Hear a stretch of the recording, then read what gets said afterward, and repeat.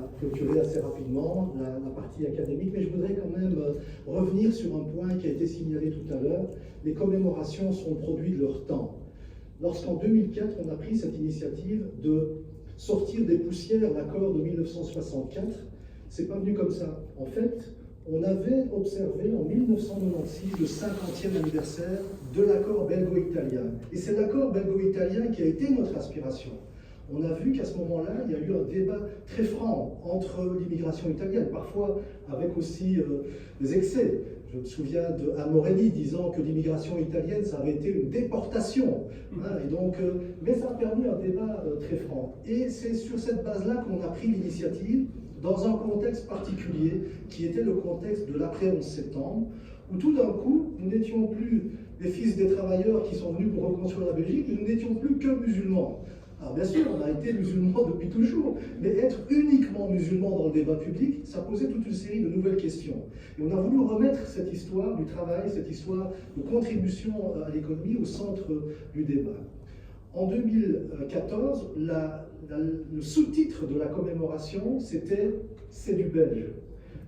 C'était une volonté affirmée de se dire « mais finalement, nous sommes ancrés dans le territoire belge ». Et lorsqu'on a commencé à réfléchir, et d'ailleurs je remercie monsieur l'ambassadeur qui était à nos côtés pour réfléchir à cette question-là, quel est le sens qu'on doit donner à une commémoration? Une commémoration, c'est pas simplement regarder dans le rétroviseur et de se dire tiens, qu'est-ce qui s'est passé, mais c'est aussi, et de rendre hommage quelque part, mais c'est aussi de regarder vers l'avenir et de se dire comment on peut faire de cette commémoration un outil qui a du sens. Et là on s'est dit mais finalement les commémorations précédentes, on avait un besoin urgent de parler du vécu dans la société belge, sans voir qu'en réalité, la société belge, ce n'est pas une forteresse, c'est une société qui communique et qui communique avec le Maroc depuis très très très longtemps. Et il y a une vie belge au Maroc, une vie belge importante. Et les deux sociétés communiquent, et on a voulu mettre l'accent sur cela, sur les relations entre la Belgique et le Maroc.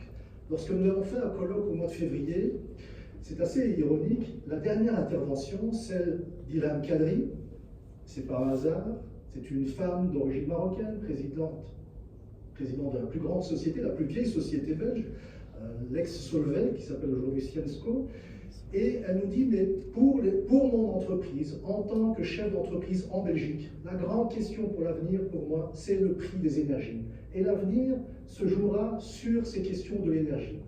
Et étrangement, par une ironie de l'histoire, les travailleurs marocains sont venus pour remplir un défi énergétique après la Deuxième Guerre mondiale, et aujourd'hui les entreprises belges se tournent vers le Maroc pour rencontrer un autre défi énergétique, et cette circulation, ce dialogue qui existe, en réalité, il est très très ancien. Et aujourd'hui, un des enjeux qui se pose à nous, c'est précisément d'essayer de comprendre ce qu'ont été ces relations historiques.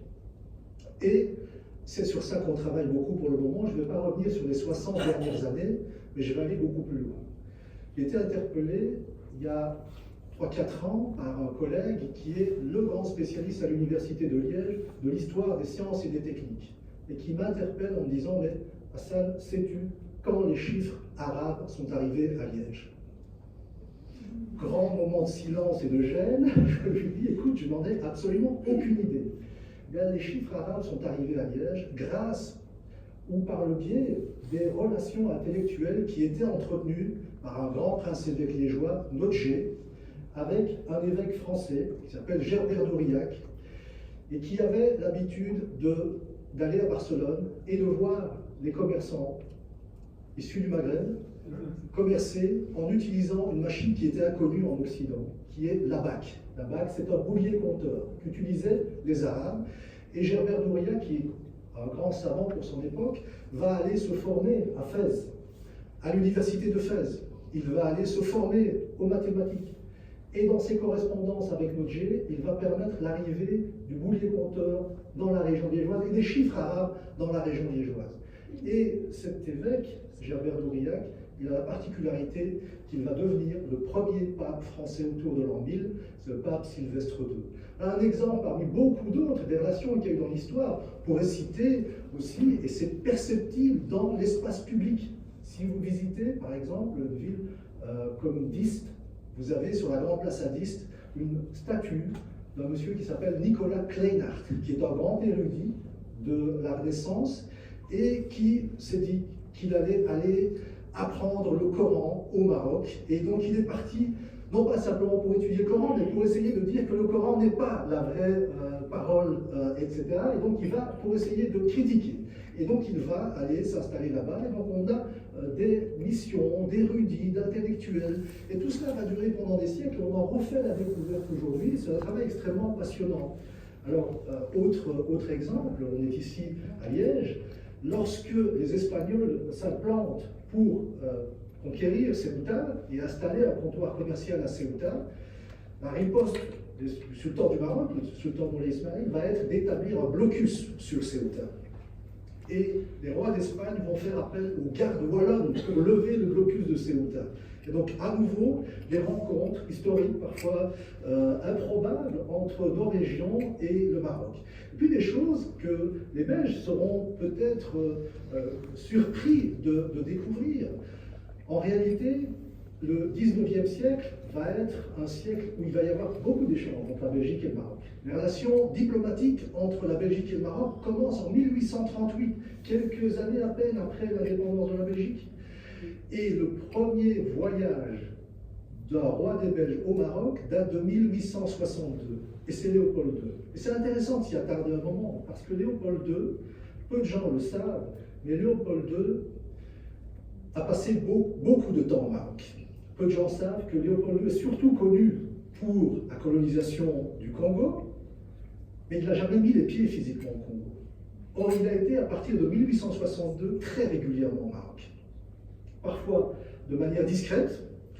En tout cas, on est certain qu'il a passé plus de 20 années, à partir de 1880, à visiter le Maroc. Pourquoi visiter le Maroc? Pourquoi Léopold II, roi bâtisseur, a-t-il cette ambition? Parce qu'il constate très vite qu'il y a quelque chose qu'on redécouvre aujourd'hui, et le Maroc le redécouvre et le promeut. Il y a un couloir atlantique qui est un couloir de développement économique potentiel pour lui. Et Léopold II se dit, mais si je parviens à établir un comptoir commercial au Maroc, c'est le lien idéal pour la Belgique et le Congo. Et c'est un point sur lequel il va être extrêmement opiniâtre. Il va essayer à de multiples reprises. On en a des témoignages. Donc, entre 1880 et 1900, ce sont des très nombreux voyages. Il est parti à Souala, il est parti du côté de la côte méditerranéenne. Il a eu la grande ambition de vouloir s'installer au Cap Spartel, à Tanger. À nouveau, petite anecdote, le Cap Spartel a été, donc pour ceux qui connaissent Tanger, le phare de Tanger a été une initiative internationale. Et le premier concierge du Cap Spartel, du phare, est un Belge. Il y avait un accord international pour financer collectivement cette initiative du phare. Autre petite anecdote, parce que je ne lance que quelques petites anecdotes, c'est un travail en cours qui donnera lieu plus tard à des publications. Autre petite anecdote, la ville de Gerada, dans l'oriental marocain, au sud de Oujda. Beaucoup de belgo-marocains sont originaires de l'oriental. En 1922, on découvre à Gerada du charbon, comme on en a découvert chez nous après-guerre, ou même avant-guerre déjà. Qui découvre le charbon en Gerada? Les Liégeois.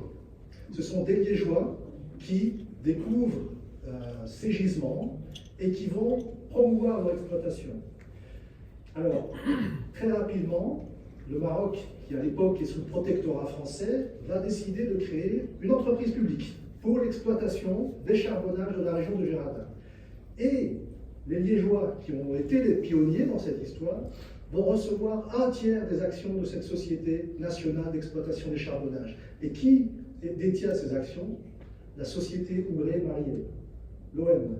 Vous entendez parler de la rénovation de cette salle de spectacle ici plus loin, la salle de l'OM à Serein.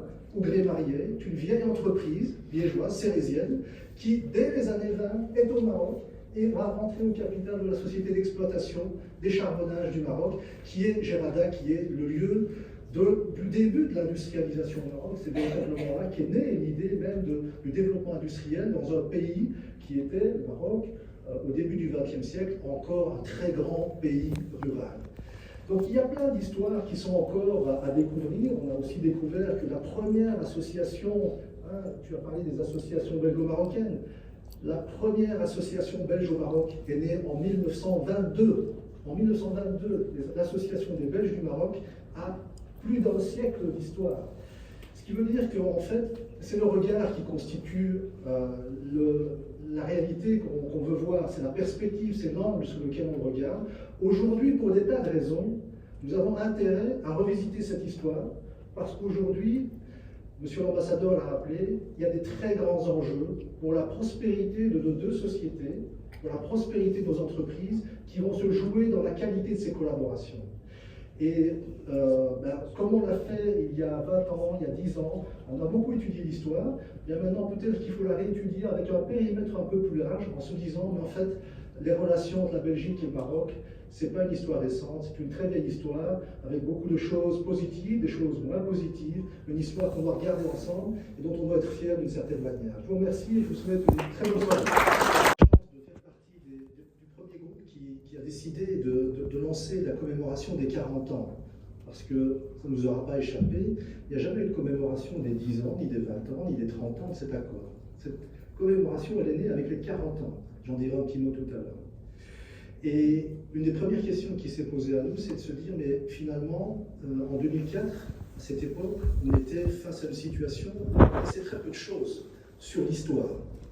Il y avait des mémoires familiales, des mémoires associatives, des mémoires qui étaient un peu vivant parmi les associations, mais très peu de choses institutionnalisées, aucune référence bibliographique sur ce parcours. Et on s'est rendu compte qu'on était face à un vide. Et il n'y a rien de plus problématique que le vide mémoriel ou l'excès mémoriel qui devient handicapant. Donc on a voulu combler ce travail. Et ce travail il a été fait par des réseaux de chercheurs, d'universitaires qui se sont rassemblés pour produire ce qui a été le premier livre sur l'histoire de l'immigration en 2004. Alors, symbole de toutes ces générations de chercheurs, on accueille aujourd'hui Rima Rara qui a elle-même défriché ce terrain très délicat des enjeux identitaires dans l'immigration. Elle a fait une thèse de doctorat sur ces questions.